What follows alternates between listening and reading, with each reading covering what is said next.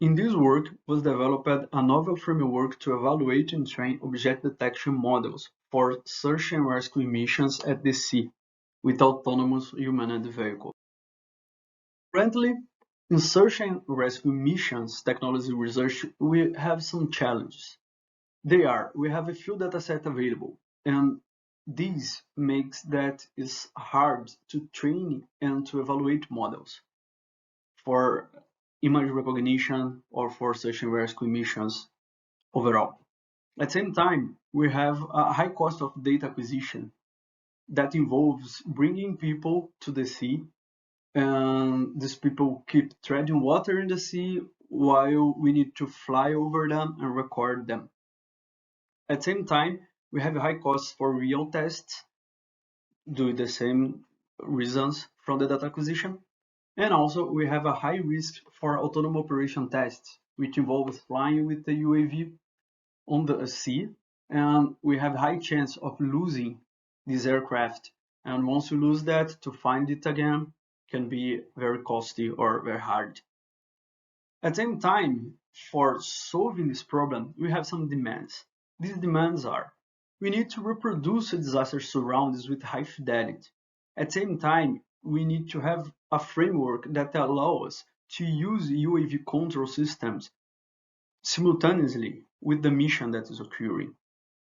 At the same time, this system needs to be able to process data from the UAV sensor and run object detection models, and to provide a continuous stream of data emulating a real environment.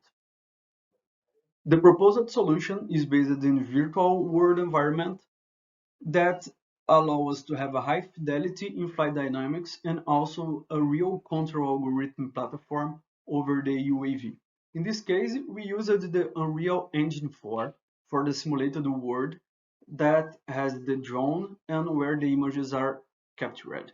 At the same time, we had used the AirSim, that is a vehicle simulator that allows us to have the flight dynamics for the UAV. And the robot operation system, that is a system that allows us to control and use the object detections. For the experimentation, we used the YOLO V7 trained in two different datasets. They are the COCO dataset that's provided by Microsoft and the Sea Drone Seas that is developed by the Tübingen University in Germany. For getting the best parameters to make the comparisons between the two models, we need to find out the best brightness and also the altitude for each model. In this table, this value is shown. For getting and developing this table, we also made the boost surfedome path, that is a common path used for survey an area.